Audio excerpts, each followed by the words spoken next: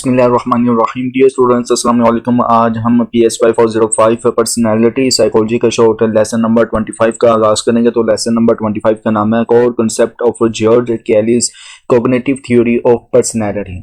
अगर इस lesson number 25 की बात की जाए तो ये लेसन नंबर 24 के जो बेसिक कॉन्सेप्ट्स थे वो तो हमने पढ़ लिए थे। उसी लेसन नंबर 24 को लेकर मज़ीद जो है वो लेसन नंबर 25 में आपको डिटेल से एडवांस लेवल पे जो कॉन्सेप्ट हैं कोग्निटिव थ्योरी ऑफ पर्सनैलिटी को लेकर इस लेसन नंबर 25 में बताया गया है। जैसे कि आपको वाज़ेह तौर पर यहाँ पे भी शो हो रहा है स्क्रीन पे कि रिकैप लेक्चर नंबर 24, मतलब कि थोड़ा सा रिकैप किया गया है in the started lesson number 25 के इंट्रोडक्शंस में। तो मैं स्किप कर रहा हूँ ओवरऑल इंट्रोडक्शंस को। ये जितनी भी हेडिंग्स दी हुई हैं, टोटल ये नंबर ऑफ हेडिंग्स जो है वो 19 है। तो मैं यहाँ से जो है 7 आप पोस्टुलेट एंड सम कोरोलरीज जो टॉपिक है इस यहाँ से मैं स्टार्ट कर रहा हूँ। ओके, इसमें पोस्टुलेट एंड सम कोरोलरीज के टॉपिक में आपको बताया गया है कि पर्सनल कंस्ट्रक्ट थ्योरी का जो फॉर्मल स्ट्रक्चर्स है वो बहुत सिंपल और इकोनॉमिकल है। कैली ने अपने सेंट्रल आइडियाज को एक फंडामेंटल पोस्टुलेट और 11 कोरोलरीज के जरिए एक्सप्लेन किया था। अब 11 जो है कोरोलरीज किसकी हैं? फंडामेंटल पोस्टुलेट हैं। और ये किसने बनाई? कैली ने बनाई। और ये सेंट्रल आइडियाज हैं कैली के। तो ये पेपर पॉइंट भी से इंपॉर्टेंट है। नंबर 1 आइडिया के बारे में बताया गया ये है द कंस्ट्रक्शंस कोरोलरी। इसमें ये होता है कि हमारे एक्सपीरियंसेस में जो कॉमन थीम्स होते हैं ना, इन्हीं की बेसिस पे ना हम अपने कंस्ट्रक्ट बनाते हैं। मतलब कि हम बुनियादें बनाते हैं अपने एक्सपीरियंसेस के थीम्स की बेस पर, कॉमन थीम्स की बेस पर। मतलब हम अपनी लाइफ की एक्सपीरियंसेस को समझने के लिए कुछ पैटर्न्स बनाते हैं जो हमारे लिए मीनिंगफुल होते हैं। नंबर 2 पे है जो आइडिया कोरोलरी को लेकर द इंडिविजुअल कोरोलरी है। इसका मतलब ये होता है कि हमारे जो कंस्ट्रक्ट होते हैं ना वो दूसरे कंस्ट्रक्ट्स के अंदर ना कंटेन होते हैं। यानी हम अपनी सोच को ना एक दूसरे की मदद से समझते हैं। नंबर 3 पे है ऑर्गेनाइजेशन कोरोलरी है। तो हर इंसान में ना अपने इवेंट्स को ना अलग तरीके से समझता है। हर इंसान अपने इवेंट्स को अलग तरीके से समझता है, लेकिन वो किस तरह अपने कंस्ट्रक्ट को ऑर्गेनाइज करता है इसमें फ़र्क होता है। क्योंकि हर एक इंसान अपने इवेंट्स को, हर एक का इवेंट्स कुछ डिफरेंट होता है, कुछ उन इवेंट्स का जो साइकोलॉजिकल इम्पैक्ट होता है वो भी डिफरेंट होता है। तो इसलिए हर इंसान जो है ना वो इसमें फ़र्क रखता है। ओके, नंबर 4 पे बताता है द डिकोटोमी कोरोलरी। अच्छा, इसका मतलब होता है, डिकोटोमी कोरोलरी का मतलब होता है कि कुछ इवेंट्स ना एक जैसे होते हैं। सभी मतलब कि अक्सर कोई इंसिडेंट हो जाता है, इवेंट्स जो होते हैं वो कुछ एक जैसे हो जाते हैं, लेकिन इनके बीच में ना डिफरेंस भी होता है। हम इन इवेंट्स को ना समझने के लिए ना कंस्ट्रक्ट भी यूज करते हैं। ओके, 5th पॉइंट पे है द चॉइस कोरोलरी। इसमें ना आपको कहा गया है स्टूडेंट्स है कि हम अपने कंस्ट्रक्ट को ना उस तरीके से चूज करते हैं जो हमारी सोच को बेहतर समझने में मदद करें। नंबर 6 पे है द रेंज कोरोलरी। तो हर कंस्ट्रक्ट का ना एक रेंज होता है जो उस कंस्ट्रक्ट के लिए रेलिवेंट इवेंट्स को बताता है। जैसे कि अगर हम अच्छे वर्सेस मतलब कि good versus bad construct choose किया है तो ये हर सिचुएशंस में रेलिवेंट भी हो सकता है। तो ये द रेंज कोरोलरी स्टेट से बिलोंग करता है। ओके, आगे है द मॉड्यूलेशन कोरोलरी। इसमें आपको बताया गया है स्टूडेंट्स है कि कुछ कंस्ट्रक्ट ना ज़्यादा प्रीमेबल मतलब कि ओपन होते हैं, यानी इनमें ना न्यू एक्सपीरियंसेस को देखना ना या न्यू एक्सपीरियंसेस का दाखिला जो होता है ना वो आसानी से हो सकता है। ओके, और नंबर 9 पे है द फ्रेगमेंटेशन कोरोलरी। तो फ्रेगमेंटेशन कोरोलरी जो है ये कहता है, मतलब कि ये सेंट्रल आइडिया है किसका? कैली का। तो ये जो आइडिया है द फ्रेगमेंटेशन कोरोलरी ये कहता है कि जब हम न्यू कंस्ट्रक्ट ट्राई करते हैं ना तो हम इनकंसिस्टेंट हो सकते हैं। मतलब हमारी सोच में ना थोड़ा गैप आ सकता है। नंबर 10 पे है कॉमनैलिटी कोरोलरी, और इसमें बताया गया कि अगर दो लोग एक जैसे सोच रहे हैं तो इनका जो कंस्ट्रक्ट सिस्टम है वो एक जैसा होना चाहिए। ओके, और नंबर 11 में है द सोशलिटी कोरोलरी। इसमें बताया गया कि अगर किसी को अपने रोल प्ले करना है ना तो उसे ना पहले दूसरे इंसान की एक्सपेक्टेशन ना समझना पड़ती है और इन्हीं के हिसाब से ना अपने एक्शंस जो है वो करने पड़ते हैं। अच्छा, अब टॉपिक आ गया है चैनलाइजिंग प्रोसेस। अच्छा, ये जितने भी कोरोलरी हमने पढ़े हैं जो कैली के सेंट्रल एरियाज हैं और साथ में फंडामेंटल पोस्टुलेट भी हैं, और ये पेपर पॉइंट ऑफ व्यू से इंपॉर्टेंट आपसे पूछा जा सकता है कि द रेंज कोरोलरी स्टेट किससे बिलोंग रखती है, तो रेंज ऑफ कन्वीनियंस कंसिस्टिंग से बिलोंग रखती है। द चॉइसेस कोरोलरी स्टेट किससे बिलोंग रखती है, ये बेस्ट डिफाइंड्स और बेस्ट डिफाइन से बस बिलोंग रखती है। ये मैंने इसलिए ना बीच में हाईलाइट किए हुए हैं point, exam point of view से इंपॉर्टेंट है, एक दो पूछे जा सकते हैं। ओके, चैनलाइजिंग प्रोसेसिंग में आपको बताया गया है कि हर पर्सनालिटी थ्योरिस्ट अपनी जबान में ना ह्यूमन बिहेवियर को डिस्क्राइब करता है। कैली भी इससे अलग नहीं है, इनका फंडामेंटल पोस्टुलेट था जो कि हमने ऊपर पढ़ ली है। एक इंसान के ना प्रोसेस उस तरह से चैनलाइज होता है जैसे कि वो इवेंट्स को एंटिसिपेट करता है, यानी हमारी फ्यूचर एक्सपेक्टेशन ही हमारी थिंकिंग को शेप करते हैं या बदलते हैं या रास्ता दिखाते हैं।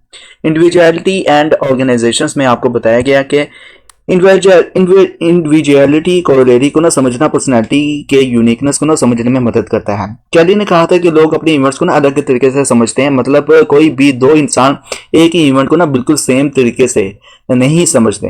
हर इंसान अपनी पर्सनल कंस्ट्रक्ट गॉगल्स के थ्रू रियलिटी को देखने की कोशिश करता है, मतलब कि अपने जो इनर जो पावर होती है ना उसी के थ्रू ही रियलिटी को देखने की कोशिश करेगा इंसान।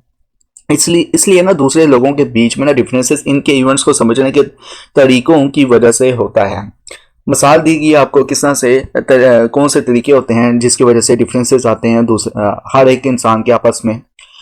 तो मिसाल में बताया गया कि मिसाल के तौर पर जो ट्रेडिशनल मतलब कि एग्जाम्पल की बात कर रहा हूँ यहाँ पे, तो जो मिसाल के तौर पर जो ट्रेडिशनल डिफरेंसेस होते हैं ना पॉलिटिकल पार्टीज के बीच में, जैसे कि वेलफेयर, मिलिट्री स्पेंडिंग, टैक्सेशन और कैपिटल पनिशमेंट पर, ये सब पर्सनल कंस्ट्रक्ट थ्योरी के मुताबिक पर्सनल कंस्ट्रक्ट गैप है। ओके, जैसे कि पॉलिटिकल पार्टी आपस में जो सियासतदान होते हैं, नहीं हमारा नजरिया है, हमने नया पाकिस्तान बनाना है, और दूसरी पार्टी कहती है कि पुराना पाकिस्तान ही रहे, लेकिन क्या कि पुराने पाकिस्तान को ही हम अच्छा पाकिस्तान बनाना चाहते हैं। तो ये हर एक अपना विजन्स होता है और उस विजन्स की वजह से पर्सनल कंस्ट्रक्ट गैप बन जाते हैं। ये भी हो सकता है कि स्टूडेंट्स अपने प्रोफेसर से डिसएग्री करते हैं, प्रोफेसर अपने डिपार्टमेंट की चेयरपर्सन, और ये डिफरेंस जनरेशन गैप्स भी दिखाई देता है। जैसे कि अक्सर मुझे कमेंट्स आते हैं कि सर आपके जो है पढ़ाने का और बताने का अंदाज बहुत अच्छा है।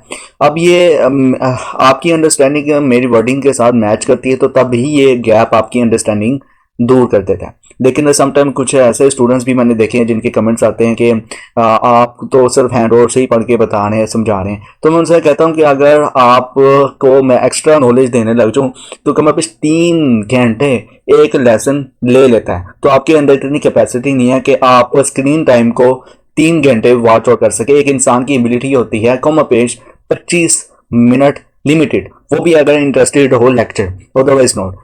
तो फिर मैं उनसे ये कहता हूँ कि देखें बहुत से यूट्यूबर्स हैं, आप हालिम इनसाइट्स को ले लें, या फिर हालिम इनसाइट, या फिर द स्टूडेंट प्लेटफॉर्म्स, जहाँ से आपकी जो कॉग्निटिव गैप या पर्सनल कंस्ट्रक्ट गैप दूर हो सकता है, तो वहां से आप सीख लें। इन्फोर्समेंट किसी को नहीं दिया, आपके पास ढेरों ऑप्शन है। चैट जीपीटी से लेनी है तो आप चैट जीपीटी से हेल्प ले लें, लेकिन ये कि जब से चैट जीपीटी आया तो हर कोई स्टार बना फिरता है।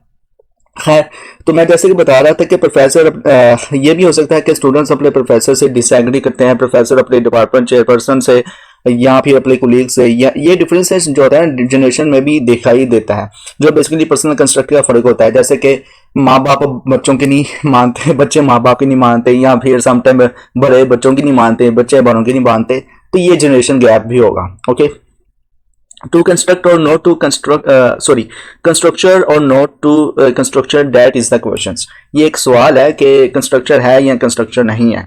ओके, इसमें बताया गया है कि कैली का चॉइस कोरोलरी ये डिस्क्राइब करता है कि लोग अपने सोच ना कैसे सिलेक्ट करते हैं। एक इंसान अपने लिए ना वो अल्टरनेटिव चूज करता है जो एक डिकोटोमाइज्ड कंस्ट्रक्ट में से ना इसके सिस्टम को एक्सटेंड और डिफाइन करने की ज्यादा पॉसिबिलिटीज वगैरह दे। इसका मतलब यह है कि इंसान वो कंस्ट्रक्ट पोल या वो कंस्ट्रक्टर वाले रास्ता चूज करता है जो इवेंट को समझने में सबसे ज्यादा मददगार हो, यानी जो इसके कंस्ट्रक्ट सिस्टम्स का सबसे ज्यादा प्रेडिक्ट करने में मदद करे। सिंपल वर्ड में यानी कि हम अपने थॉट्स और एक्शंस को ना इस तरीके से चूज करते हैं कि जो हमारे लिए ज़्यादा समझने में मददगार हो या हेल्पफुल हो, और जो हमारे फ्यूचर डिसीजंस को एक्यूरेटली प्रिडिक्ट कर सके। ओके, नंबर 11 पे है सीपीसी साइकिल। इसमें बताया गया है कि जब लोग किसी न्यू सिचुएशंस का सामना करते हैं ना, तो वो सीपीसी साइकिल का यूज करते हैं।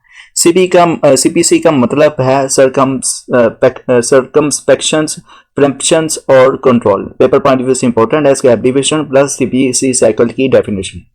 सर्कमस्पेक्शन से जो फेज होता है ना, इसमें इंसान अपने इस वाले फेज में ना जो भी डिफरेंट कंस्ट्रक्ट आइडियाज या सोच के तरीके हैं शामिल होते हैं इस फेज में, सर्कमस्पेक्शंस में।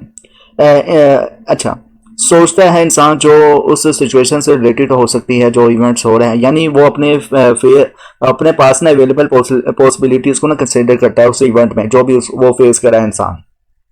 जैसे कि हर एंगल से सिचुएशंस को देखना, इसमें ना इंसान न्यू एक्सपीरियंसेस के लिए खुला होता है, यानी वो अपने सोच को ना रिवाइज करने को तैयार होता है।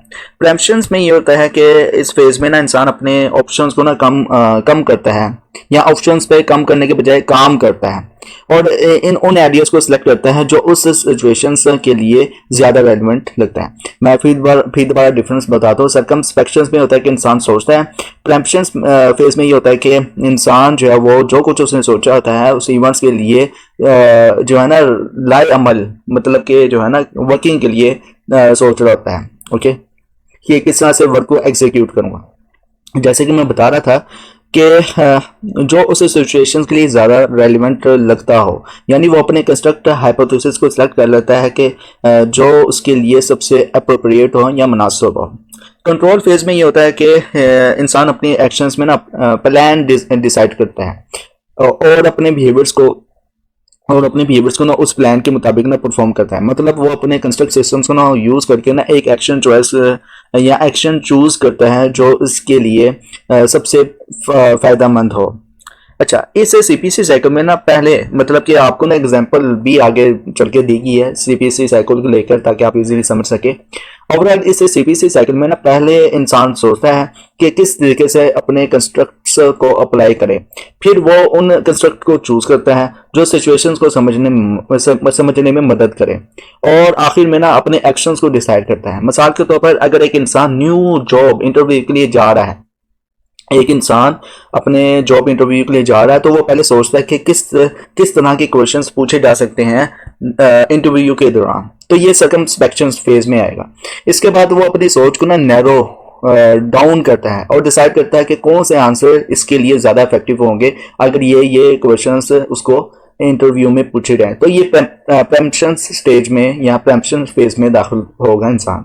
आखिर में ना वो इंटरव्यू के लिए अपने आंसर्स प्रैक्टिस करता है और अपनी स्ट्रेटेजी को फॉलो करता है। तो ये कंट्रोल फेजेस में आएगा जो कि सीपीसी साइकिल है। तो ये overall CPC cycle cover up हो जाता है, और ये साइकिल हर सिचुएशन में अप्लाई होता है जहां इंसान अपनी सोच को ना टेस्ट करता है और अपने एक्सपीरियंसेस को अपने सिस्टम्स को इम्प्रूव करने के लिए यूज करता है। नंबर 12 पे है change in are construct systems. अच्छा, एक और चीज बता दूं कैली के मुताबिक ये सीपीसी साइकिल को लेकर इस तरह से ना कैली के कंस्ट्रक्ट्स और सीपीसी साइकिल को समझना जरूरी है, क्योंकि ना ये हमें ना ये समझाने में मदद करता है सीपीसी साइकिल के इंसान अपने एक्सपीरियंसेस को कैसे इंटरप्रेट करता है और अपने बिहेवियर्स को कैसे एडजस्ट करता है। जाहिर सी बात है कि इंसान को अपने एक्सपीरियंसेस को इंटरप्रेट करने के लिए सीपीसी साइकिल लाजमी इन्वॉल्व होगा, जो कि बिहेवियर को एडजस्ट भी करता है इंसान के। और ये थ्योरी ये भी बताती है सीपीसी साइकिल की कि हम अपने पास्ट एक्सपीरियंसेस के हिसाब से ना फ्यूचर को समझते हैं और अपने एक्शंस को कंट्रोल करते हैं। ओके, अब आते हैं चेंज इन कंस्ट्रक्ट सिस्टम्स की तरह। इसमें बताया गया है चेंज इन कंस्ट्रक्ट सिस्टम्स में कि एक कंस्ट्रक्ट सिस्टम से इंसान को ना अपने इवेंट्स को जितना मुमकिन हो सके ना एक्यूरेटली प्रिडिक्ट करने में ना मदद करता है। कैली ने ये कहा था कि इंसान का कंस्ट्रक्ट सिस्टम तब चेंज होता है जब उसे कोई न्यू या अनजाना इवेंट फेस होता है जो उसके एग्जिस्टिंग कंस्ट्रक्ट के सिस्टम से मैच नहीं करता। इसलिए एक्सपीरियंसेस कोरोलेरी ये कहती है कि एक इंसान का ना कंस्ट्रक्ट सिस्टम तब बदलता है जब वो इवेंट्स के ना रेप्लिकेशंस को सक्सेसिव तौर पर ना कंस्ट्रक्ट करता है। और ये जो है 72 पेज है 1995 में इन्होंने जो किताब लिखी थी कैली ने, इनकी किताब के मुताबिक है। इसके अलावा इसमें बताया गया है दूसरे पैराग्राफ में कि इसका मतलब यह है कि जब इंसान अपने पुराने सोच के तरीकों से, इसका मतलब यह है कि जब इंसान अपने पुराने सोच के तरीकों से ना हट कर किसी न्यू एक्सपीरियंसेस का सामना करता है तो इसका कंस्ट्रक्ट सिस्टम भी ना उसी न्यू एक्सपीरियंसेस को ना समझने के लिए चेंज होता है। अगर कोई इंसान न्यू सिचुएशंस को समझने में स्ट्रगल करता है ना तो इसका कंस्ट्रक्ट सिस्टम्स अपने आप एवॉल्व होता है ताकि वो न्यू एक्सपीरियंसेस को समझ सके। ओके, नंबर 14 पे है role construct repertory test assessing personal construct. अच्छा, ये जो है ना असेसमेंट टेस्ट पर्सनल कंस्ट्रक्ट को लेकर या कंस्ट्रक्ट रेपरेटरी टेस्ट को लेकर, ये आप जो है ना वो क्लिनिकल सेटिंग्स में भी कर सकते हैं किसी भी क्लाइंट्स को लेकर, या अपने ऊपर भी कर सकते हैं ओवरऑल, ताकि आपको मज़ीद जो है वो नॉलेज मिल सके। ओवरऑल इसमें ना जो है पर्सनल कंस्ट्रक्ट असेसमेंट को लेकर जो है वो कुछ कैली के बेसिक जो है ना असेसमेंट टेक्निक्स आपको बताई गई हैं, या आइटम्स जो है वो बताई गई हैं। रोल टाइटल्स मतलब ये टोटल जो नंबर ऑफ आइटम्स हैं वो 15 है। ओके, इसमें बताया गया है कि कैली ने ना 1955 में ना role construct theory test develop किया था, और इससे ये समझा जा सकता है कि इंसान अपनी लाइफ में ना सिग्निफिकेंट लोगों को कैसे समझता है और कौन से इंपॉर्टेंट कंस्ट्रक्ट यूज करता है। इनको समझने के लिए ये टेस्ट खासतौर पर ना थेरेपिस्ट के लिए डायग्नोस्टिक इंस्ट्रूमेंट के तौर पर डिजाइन किया गया है था, जिसका मकसद ये था कि थेरेपिस्ट को ये समझने में मदद मिले कि क्लाइंट के कंस्ट्रक्ट सिस्टम कैसे और वो अपने पर्सनल और मटेरियल इन्वायरमेंट को किस तरीके से कंस्ट्रक्ट करता है। ओके, इस तरीके में ना इस टेस्ट की मदद से थेरेपिस्ट ये समझ सकता है कि क्लाइंट अपने लाइफ के इंपॉर्टेंट लोगं को किस तरीके से ना देख रहा है और कैसे इनका कंस्ट्रक्ट सिस्टम इनकी डेली लाइफ और डिसीजंस को ना इन्फ्लुएंस करता है। और ये टेस्ट ये भी हेल्प करता है कि इंसान के कंस्ट्रक्ट को आइडेंटिफाई किया जा सकता है जो इनके बिहेवियर और एक्सपीरियंसेस को शेप करता है। ओके, टोटल जैसे कि 1 to 9 role title list definition for the grid form of the rep test के हवाले से जो है ना सेल्फ में ये होता है कि आप खुद होते हैं, मतलब कि जो जिस पे आप टेस्ट कर रहे हैं तो वो अपने आपको डिस्क्राइब करता है। आप खुद का अपना रोल, मतलब कि आप के करैक्टर जो आप अपनी ज़िंदगी में प्ले करते हैं, तो ये थेरेपिस्ट जब कर रहा होता है तो क्लाइंट बताता है। मदर में ये होता है कि आपकी माँ या वो शख्स है जो आपकी लाइफ में माँ का किरदार अदा करता है। फादर में ये होता है कि आपके वालिद या वो शख्स है जो आपकी ज़िंदगी में वालिद का रोल अदा करता है। ब्रदर में ये होता है कि आपका वो भाई जो आपकी उम्र के सबसे करीब हो। अगर भाई नहीं है तो आपके अर्ली टीन्स में ना कोई लड़का जो भाई है जैसा था, जो भाई जैसा था। सिस्टर में ये होता है कि आपकी वो बहन जो आपकी उम्र की आपकी उम्र के ना सबसे करीब है। अगर बहन नहीं है तो आपके अर्ली टीन्स में कोई लड़की जो बहन जैसी थी आपकी। तो स्पाउसेस में ये होता है कि अगर आप शादीशुदा हैं तो आपका शौहर या बीवी, अगर शादी नहीं है तो आपका सबसे करीबी दोस्त जो अपोजिट जेंडर का है। 7 में बताया गया है कि मतलब कि 7 जो है वो एक्सेप्टेड टीचर्स हैं। तो वो उस्ताद जिसने ना आपकी टीन्स को, मतलब कि आप जब अडल्ट नहीं होते उन दिनों में ना आपको सबसे ज़्यादा इंस्पायर किया था। ओके, रिजेक्टेड में ये होता है कि वो उस्ताद या वो टीचर जिसकी बातें या नज़रियात आपके बिल्कुल अच्छी नहीं लगती थी जब आप टीन एज में थे, मतलब कि आप अडल्ट नहीं हुए थे। बॉस में ये होता है कि वो एम्प्लॉयर या सुपरवाइज़र जिनके अंदर आप अपने काम किए, आपने काम किया था, जिनकी निगरानी में आपने काम किया था जब आप बहुत स्ट्रेस में थे। और डॉक्टर्स में होता है कि वो डॉक्टर जो आपका इलाज करता है। पीटी पर्सन्स में ये होता है कि वो शख्स है जिससे ना आप सबसे ज़्यादा मदद करना चाहते हैं जिस शख्स की, और यहाँ जिस पर आपको ना सबसे ज़्यादा रहम आता है। रिजेक्टिंग पर्सन्स में ये होता है कि वो शख्स जो बिना किसी वजह के आपको डिसलाइक करता है या आपके साथ अच्छा बिहेव नहीं करता। हैप्पी पर्सन में ये होता है कि वो शख्स जो आपकी नज़र में सबसे ज़्यादा खुश है और आप उसे पर्सनली जानते हैं। एथिकल पर्सन्स में ये होता है कि वो शख्स जो आपके नज़र में सबसे अच्छे इखलाक स्टैंडर्ड पर पूरा उतरता है और आप उसे पर्सनली जानते हैं। इंटेलिजेंट एथिकल पर्सन्स में होता है कि वो शख्स जो आपकी नज़र में सबसे अच्छे इखलाक स्टैंडर्ड्स पर पूरा उतरता है और आप उसे पर्सनली जानते हैं। मैंने दोबारा से रिपीट कर लिया। एक्चुअल में ना हैप्पी पर्सन मैंने करना था, वो मतलब कि वो शख्स जो आपकी नज़र में सबसे ज़्यादा खुश, ये भी मैंने पढ़ लिया था ओवरऑल। और इंटेलिजेंट पर्सन भी होता है कि वो शख्स जो आपकी नज़र में सबसे ज़्यादा ज़हीन है और आप उसे पर्सनली जानते हैं। अच्छा, ये रोल टाइटल्स ना जो है ना, ये ओवरऑल जितने भी हमने अभी पढ़े हैं, ये रोल टाइटल्स कैरी के डेप्थ टेस्ट के अंदर इंपॉर्टेंट है, ताकि ना लोग अपने पर्सनल कंस्ट्रक्ट को समझ सकें और अपनी लाइफ के सिग्निफिकेंट लोगों के बारे में अपनी सोच को एक्सप्लोर कर सकें, मतलब जाहिर कर सकें। आगे है एप्लीकेशंस की तरफ आते हैं। नंबर 15 पॉइंट में तो इमोशनल स्टेट इसमें आता है और साइकोलॉजिकल डिसऑर्डर्स आता है। इमोशनल स्टेट में बताया गया है कि कैली ने जो ट्रेडिशनल साइकोलॉजिकल कॉन्सेप्ट दिए थे ना, इन्हें ना कॉग्निटिव थ्योरी के हवाले से ना रीडिफाइन किया था। और इसके मुताबिक मतलब कि कैली के मुताबिक जज्बाती हालात को ना ऐसे समझा गया है जो लोगों के कोग्निटिव प्रोसेसेस से डायरेक्टली रिलेटेड है। यानी कैसे हम अपने कंस्ट्रक्टिव सिस्टम्स का इस्तेमाल करके अपने जज्बाती हालात को ना समझते हैं। एंग्जाइटी में आपको बताया गया कि बेचैनी को अक्सर लोग ना एक वैग्यू मतलब कि बहुत ही दुबला सा एहसास समझते हैं, जिसमें लोगों का डर या हेल्पलेसनेस का एहसास होता है। कैली के मुताबिक बेचैनी तब होती है जब इंसान को ये एहसास होता है कि उसके पास वो कंस्ट्रक्ट मतलब के सोचने के तरीके नहीं होते जो न्यू इवेंट्स को समझने में मदद दे सके। इसका मतलब है कि इसका मतलब यह है कि जब आपको किसी न्यू इवेंट्स को समझने का तरीका नहीं मिलता ना, तो आप बेचैन हो जाते हैं। कैरी इस स्टेट को ऐसे डिस्क्राइब करते हैं कि इंसान अपनी कंस्ट्रक्ट के साथ पकड़ा गया होता है। ऐसे वक्त में इंसान को ना ये समझने में मुश्किल होती है कि क्या हो रहा है और वो अपने प्रॉब्लम्स को कैसे सॉल्व नहीं कर पाता। गिल्ट में बताया गया है, गिल्ट का मतलब है कि जब इंसान अपने रोल के अंदर या रोल मतलब कि किरदार को ना तोड़ने का एहसास करता है, जब वो दूसरों के साथ अपने रिलेशनशिप में मेंटेन करने के लिए यूज़ करता है। मिसाल के तौर पर अगर एक कॉलेज स्टूडेंट अपने आप को एक स्कॉलर समझता है, लेकिन अगर वो ज़्यादा वक्त अपने रूममेट्स के साथ क्लब में गुजारा होता है तो उसे ना गिल्ट का एहसास होता है, क्योंकि उसका role as a scholar study करना है। जब आप अपने रोल्स या इमेजेस से हट जाते हैं ना, तो गिल्ट फील करते हैं या गिल्ट फील होता है। हॉस्टैलिटी में आप स्टूडेंट्स को बताया गया कि हॉस्टैलिटी को ना ट्रेडिशनली ये समझा जा सकता है कि ये एक इंसान का ना डिस्पोजिशन है, यानी इंसान की फितरत है जो दूसरों को नुकसान पहुंचाने या उनसे ना बदला लेने के लिए इंसान जो है वो करता है।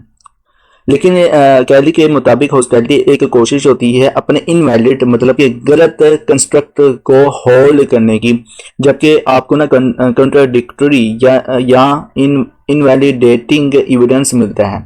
मतलब कि आपके खिलाफ जो है ना कुछ ऐसे कंस्ट्रक्ट पैदा हो जाते हैं या इनवैलिडिटी जो है गैर मुवाफकत पैदा हो जाती है, तब ये होता है। यानी अगर आप किसी चीज़ पर अपनी सोच को पकड़ कर बैठ जाते हैं ना और वो सोच गलत साबित होती है, तो आप अपनी गलत सोच को ना कंटिन्यू करने की कोशिश करते हैं, जो कि हॉस्टैलिटी का सबसे बड़ा एग्जाम्पल है। ये सब इमोशंस की थ्योरीज, ये जो हमने पढ़ी है ना, इमोशंस की थ्योरीज हैं। ओके, जिसमें क्या आता है, पेपर पॉइंट व्यू से इंपॉर्टेंट है। इमोशन स्टेट कैली की इमोशन स्टेट के मुताबिक कौन कौन से पॉइंट आते हैं? एंग्जाइटी, गिल्ट और हॉस्टैलिटी। एग्जाम पॉइंट व्यू से इंपॉर्टेंट है। अच्छा, ये सब इमोशंस की थ्योरी से कैरी के कंस्ट्रक्ट थ्योरी के मुताबिक है, जिसमें इंसान अपनी सोच और मेंटल कंस्ट्रक्ट के जरिए अपने जज्बात को समझता है और इनके मुताबिक ही रिएक्ट करता है। साइकोलॉजिकल हेल्थ में आप स्टूडेंट्स को बताया गया है कि जब क्लिनिकल साइकोलॉजिस्ट साइकोलॉजिकल हेल्थ और डिसऑर्डर के बारे में काम करता है ना, तो वो कैली की थ्योरी के हवाले से इन कंसेप्ट को समझने की कोशिश करता है। कैली की थ्योरी में साइकोलॉजिकल हेल्थ को कैसे समझा जाता है, ये समझना ज़रूरी है। ओके, इसमें जो है ना हेल्थ पर्सन्स के कैरेक्टरिस्टिक्स मतलब कि सेहतमंद शख्स की जो है ना खसूसियात या खासियत वो बताएंगे। नंबर 1 पे है, पहला जो पॉइंट है वो है एवोल्यूशंस ऑफ कंस्ट्रक्ट। इसमें बताया गया कि कैरी के मुताबिक ना सेहतमंद इंसान वो होता है, कैली के मुताबिक या इस फेज में क्या होता है कि कैली के मुताबिक सेहतमंद इंसान वो होता है जो अपने कंस्ट्रक्ट मतलब अपनी सोच या नज़रियात को एवेल्यूएट मतलब कि जायज़ा लेना जो है वो शुरू करता है या जायज़ा लेने के लिए तैयार होता है। इसका मतलब ये है कि वो अपने मतलब कि इंसान अपनी ना दूसरे लोगों के बारे में सोच को टेस्ट करता है और ये देखने के लिए कि जो प्रिडिक्शंस मतलब के अंदाजे उसने अपनी पर्सनल एक्सपीरियंसेस से बनाए हैं क्या वो सही है या नहीं।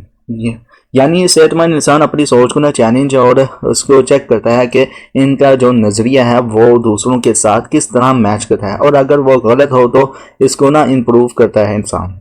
दूसरा जो पॉइंट है वो है डिस्कॉर्डिंग एंड रियोरेंटिंग कंस्ट्रक्ट्स के नाम से है। इसमें बताया गया कि सेहतमंद इंसान ये भी करते हैं कि अगर इनका ना कंस्ट्रक्ट मतलब कि सोचने का तरीका गलत साबित हो जाए तो वो ना इन्हें छोड़ देता है और अपने अपने कोर रोल्स अपने कोर रूल्स को ना दोबारा से ठीक करता है। और ये बात कैली की थ्योरी में ना प्रेमेबिलिटी मतलब कि दाखिल होने की सलाहियत को एक कंसेप्ट के ज़रिए समझ में आती है। इसका मतलब ये है कि सेहतमंद इंसान अपनी गलतियों को मानता है और जब इनकी ज़िंदगी के एक्सपीरियंसेस कुछ और सीखते हैं ना मतलब कि इंसान जब अपनी ज़िंदगी के एक्सपीरियंसेस से और कुछ और सीखता है तो अपनी सोच को ना अपडेट कर लेता है। वो अपने पुराने तरीके या नज़रियात को थोड़ा थोड़ा एडजस्ट करता है ताकि ना ज़िंदगी के न्यू एक्सपीरियंसेस के मुताबिक इनके कंस्ट्रक्ट सिस्टम्स और ज़्यादा बेहतर हो सकें। ओके, नंबर 17 में है फिक्स्ड रोल थेरेपी। इसमें बताया गया है आपको कैली की अप्रोच और साइकोथेरेपी का गोल इन द स्टार्टिंग। ओके, इसमें बताया गया है इंट्रोडक्शन में कैली ने जो थेरेपेटिक मेथड्स बताए हैं 1955 में इनमें से कई मेथड्स दूसरे क्लिनिकल स्कीम्स जैसे कि साइको एनालिसिस के मेथड से कंपेटिबल है, लेकिन कैली की अप्रोच में ना दो चीज़ें ख़ास हैं। नंबर 1 पे है कैली का साइकोथेरेपी का गोल किस तरह का होना चाहिए इसका कॉन्सेप्ट। नंबर 2 पे है फिक्स्ड रोल थेरेपी का डेवलपमेंट और प्रैक्टिस। थेरेपेटिक चेंज और कंस्ट्रक्ट सिस्टम में ये होता है कि कैली ने थेरेपेटिक चेंज को ना बेहतर कंस्ट्रक्ट सिस्टम्स के डेवलपमेंट के हवाले से डिस्कस किया है। जब कोई डिसऑर्डर मतलब कि दिमागी मसाइल होते हैं ना तो इंसान अपने कंस्ट्रक्ट को ना यूज़ करता है जो बार बार इनवैलिडेट मतलब कि गलत साबित हो रहे होते हैं। इसलिए साइकोथेरेपी का मकसद ये होता है कि क्लाइंट के कंस्ट्रक्ट सिस्टम्स को साइकोलॉजिकल तौर पर रिकंस्ट्रक्ट किया जाए ताकि वो ज़्यादा वर्क एबल हो सके। और ये एक्साइटिंग साइंटिफिक एक्सपेरिमेंट का प्रोसेस है। थेरेपी का काम एक लेबोरेटरी जैसा होता है जहां थेरेपिस्ट क्लाइंट को ना न्यू हाइपोथेसिस मतलब आइडियाज डेवलप करने और टेस्ट करने के लिए इंकरेज करता है, चाहे वो क्लिनिकल सिचुएशंस के अंदर हो या बाहर। थेरेपिस्ट काम करता है क्लाइंट्स के न्यू कंस्ट्रक्ट अप्लाई करने के लिए। अगर वो फिट करता है तो क्लाइंट इन्हें ना अपने फ्यूचर्स में यूज़ कर सकता है, अगर नहीं तो न्यू हाइपोथेसिस जनरेट करता है और इन्हें टेस्ट करता है। और ये प्योर प्रोसेस में ना साइंस का मॉडल यूज होता है जो क्लाइंट अपनी ज़िंदगी रिकंस्ट्रक्ट करते वक्त फॉलो करता है। थेरेपिस्ट का काम ये होता है कि वो क्लाइंट को ना फीडबैक देता है ताकि वो अपने हाइपोथेसिस को वैलिडेट मतलब चेक कर सके और ये फीडबैक का क्लाइंट को उसके कंस्ट्रक्ट को टेस्ट करने का मौका भी देता है जो आमतौर पर उसे नहीं मिलते। और ये कैली ने 1955 में कहा था। आगे है फिक्स्ड रोल थेरेपी। ओके, तो ये मैंने हाईलाइट किया हुआ है रेड कलर में। तो इसमें ये फिक्स्ड रोल थेरेपी में क्या होता है, फिक्स्ड रोल थेरेपी का जो कंसेप्ट है कैली ने दिया था। तो कैली ने साइकोथेरेपी की इस यूनिक इंटरप्रिटेशंस को आगे अपने साइंटिफिक फिक्स्ड रोल थेरेपी के तरीके डेवलप किए थे। और फिक्स्ड रोल थेरेपी का कहना यह है मतलब कि फिक्स्ड रोल थेरेपी का मतलब यह है कि इंसान सिर्फ अपने आप को जो समझता है ना उसके मुताबिक नहीं होता, बल्कि जो वो करता है ना वो भी इसके हिसाब से होता है, वही उसी के हिसाब से होता है। थेरेपिस्ट का काम होता है कि क्लाइंट को न्यू तरीकों से ना अपने आप को देखना और समझने में मदद करे और फिर उन तरीकों से बिहेव करने की कोशिश करे। इस तरह से ना वो एक न्यू और ज़्यादा इफेक्टिव शख्सियत बना सकता है अपने अंदर। इसके अलावा फिक्स्ड रोल थेरेपी कैसे काम करती है। फिक्स्ड रोल थेरेपी का काम करना फिक्स्ड रोल थेरेपी काम करना शुरू तब करती है जब क्लाइंट अपने बारे में ना थर्ड पर्सन मतलब कि तीसरे शख्स में एक स्केच लिखता है। और ये स्केच किसी डिटेल आउटलाइन का नहीं होता और क्लाइंट को बस कुछ इंस्ट्रक्शंस दिए जाती हैं या कुछ इंस्ट्रक्शन दी जाती है। और ये इंस्ट्रक्शंस इस तरह से दी जाती है कि वो ऑब्जेक्टिव मतलब कि वाकई हों थ्रेट मतलब कि खौफ को मिनिमाइज करती हों और क्लाइंट को अपनी एक्सप्रेशंस मतलब कि जाहिर करने के तरीके में आज़ादी देती हो, वो स्केच जो भी वो बना रहा है। जॉर्ज कैली ने क्या कॉग्निटिव थ्योरी कंस्ट्रक्टिव अल्टरनेटिविज्म्स के फिलोसफिकल पोजीशंस पर ना बेस्ड है, जो ये कहती है कि जो रियलिटी होती है ना वो इंसान अपने तरीके से समझता है। इसका मतलब ये है कि हर इंसान अपनी रियलिटी को अपनी सोच और इंटरप्रिटेशन से समझता है और ये हमेशा बदल भी सकता है। कैली के मुताबिक इंसान एक साइंटिस्ट है, पेपर पॉइंट भी इंपॉर्टेंट है। कैली के मुताबिक इंसान एक साइंटिस्ट है जो हमेशा चीज़ों के नेचर के बारे में हाइपोथेसिस मतलब कि आइडियाज जनरेट करता है और इन्हें टेस्ट करता है इन आइडियाज़ को, ताकि फ्यूचर के इवेंट्स मतलब के वाकयात की प्रिडिक्शंस कर सके या की जा सके। ओके, और कंस्ट्रक्ट पैटर्न्स और पर्सनैलिटी के हवाले से भी इसमें बताया गया। तो इसमें कुछ इस तरह से बताया गया कि लोग अपने वर्ल्ड को ना समझने के लिए ट्रांसपेरेंट पैटर्न्स यानी कि कंस्ट्रक्ट का यूज़ करते हैं। ओके, हर इंसान का ना अपना यूनिक कंस्ट्रक्ट सिस्टम होता है जो इसकी पर्सनैलिटी को डिफाइन करता है और वो अपने एक्सपीरियंसेस को इन्हीं कंस्ट्रक्ट के जरिए समझता है। कैली ने ये थ्योरीज या ये जो थ्योराइज मतलब कि अंदाज़ा लगाया था कि क्या हर कंस्ट्रक्ट में कुछ फॉर्मल प्रॉपर्टीज होती हैं। अच्छा, कौन कौन सी फॉर्मल प्रॉपर्टीज होती हैं? नंबर 1 पे है रेंज ऑफ कन्वीनियंस, नंबर 2 पे है फोकस ऑफ कन्वीनियंस, नंबर 3 पे है प्रिमेबिलिटी इम्पेरेबिलिटी। मतलब ये कि कैली ने कई तरीकों के कंस्ट्रक्ट भी डिफाइन किए थे और प्रिमेटिव और टाइट और लोज हैं। ओके, तो जैसे कि मैं बता रहा था कि कैली के मुताबिक साइंटिस्ट है और ये सब कुछ समरी में है। ओके, तो ये मैंने समरी को डायरेक्ट मैंने शुरू कर दिया था। तो अब जैसे कि सामने ये भी बताया था कि फॉर्मल प्रॉपर्टीज होती हैं कंस्ट्रक्शंस में, जैसे कि जिनमें नंबर 1 पे रेंज ऑफ कन्वीनियंस है, फोकस ऑफ कन्वीनियंस है, प्रिमेबिलिटी इम्पेरेबिलिटी है और प्रिम्पेटिव है और टाइट और लॉस है। ओके, इसके अलावा ना थ्योरी का स्ट्रक्चर्स भी बताया गया इसमें।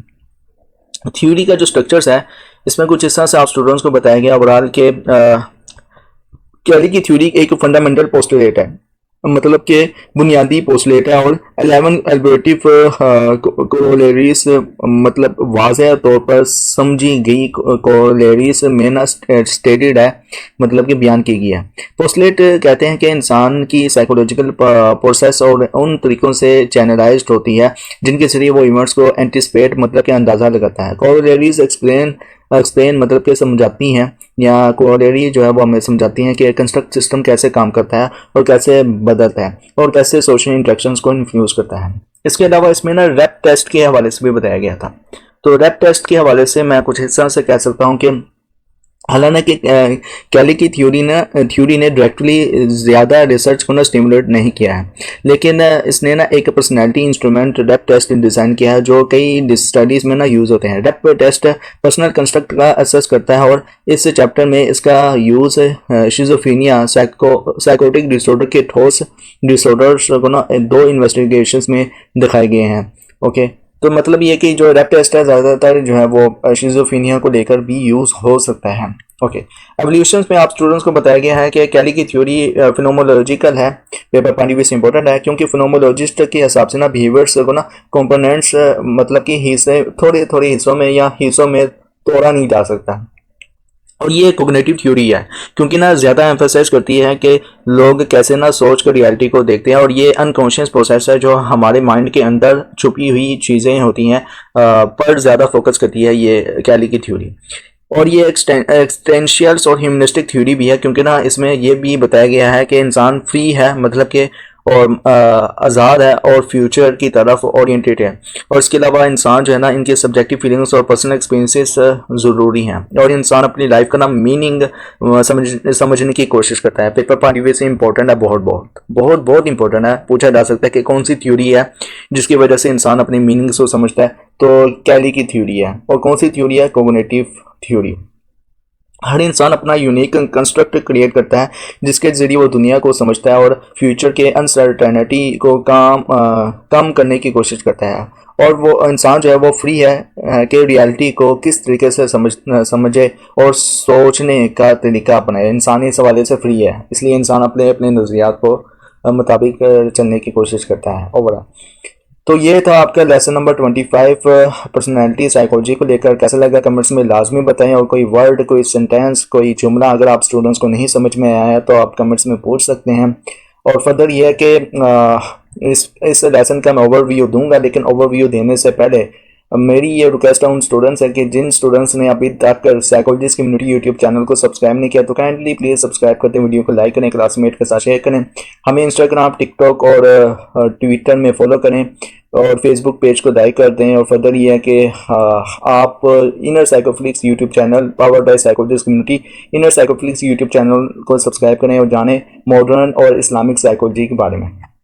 इसमें क्या क्या इंपॉर्टेंट है एग्जाम पॉइंट ऑफ व्यू से, तो ओवरव्यू में कुछ इस तरह से दे सकता हूँ कि सीपीसी साइकिल का एब्रीविएशन और उसकी डेफिनेशन, और उसके बाद पोस्टुलेट क्या है, बहुत बहुत इंपॉर्टेंट है। और इसमें जो है वो ये कैली की थ्योरी कौन सी है, फिनोमेनोलॉजिकल है, ठीक है।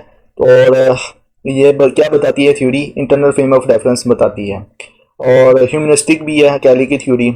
और ये कैली की थ्योरी के हवाले से कुछ एग्जांपल दें तो good versus bad, friendly versus hostile, ये एग्जांपल बस इतने से आप याद रख लें, यही काफ़ी है। ओके, अब आते हैं जैसे कि 11 पोस्टुलेट हैं, घुमा फिरा के आपसे पूछी जा सकती हैं ये पोस्टुलेट, इनको अच्छे से मेमोराइज कर लेना आप स्टूडेंट्स। उसके बाद चैनलाइज प्रोसेसिंग किया है कैली के मुताबिक, तो आ पर्सन प्रोसेस आप psychological channelize by the ways in which he anticipate events, ठीक है। तो ये बस ये रेड कलर की लाइन है ना, यही इंपॉर्टेंट है, उसको बस एक दो दफ़ा याद कर लीजिएगा। Person differ from each other in the, ये इतना इंपॉर्टेंट नहीं है, लेकिन इसमें है इंडिविजुअल एंड ऑर्गेनाइजेशंस के हवाले से क्या होता है।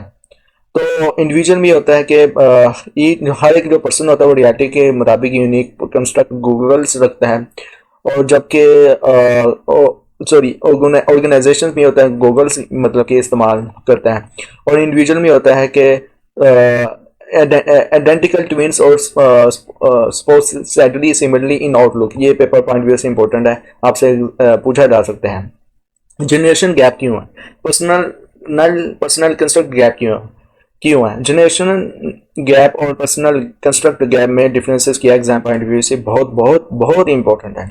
ओके, आगे आते हैं हम सीपीसी साइकिल, मैंने ऑलरेडी बता दिए हैं कि एग्जाम पॉइंट ऑफ व्यू से बहुत इंपॉर्टेंट है, इसके एब्रीविएशन भी इंपॉर्टेंट है, और इसके जो है ना मतलब कि अगर सर्कमस्पेक्शंस के बारे में पूछा जाए तो इस फेज में क्या होता है, तो पेपर पॉइंट व्यू से बहुत बहुत इंपॉर्टेंट है। फर्दर इनकी एग्जाम्पल को लेकर भी आपसे पूछा जा सकता है कि एग्जाम्पल से वाजिया करें। और इसके अलावा जो है वो कैली ने कितने रैप टेस्ट को लेकर जो थे आइटम्स बनाई थी, टोटल नंबर ऑफ आइटम्स 15 है, और आपसे पूछा जा सकता है ब्रदर को लेकर, सिस्टर को लेकर, एक्स्ट्रा एक्सेट्रा एक्सेट्रा, मतलब कि वहाँ पर आके पूछा जा सकता है इसमें से भी।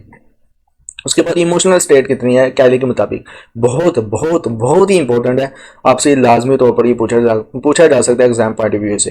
और साइकोलॉजिकल हेल्थ के हवाले से जो है क्या है कैली का क्या कंसेप्ट है, तो फर्स्ट जो कंसेप्ट है ये मैंने हाईलाइट किया हुआ, सेकंड जो कंसेप्ट है इसको भी हाईलाइट किया हुआ है, इसी पॉइंट्स को बस आप एक दो मरतबा पढ़ कर अंडरस्टैंड कर लीजिएगा।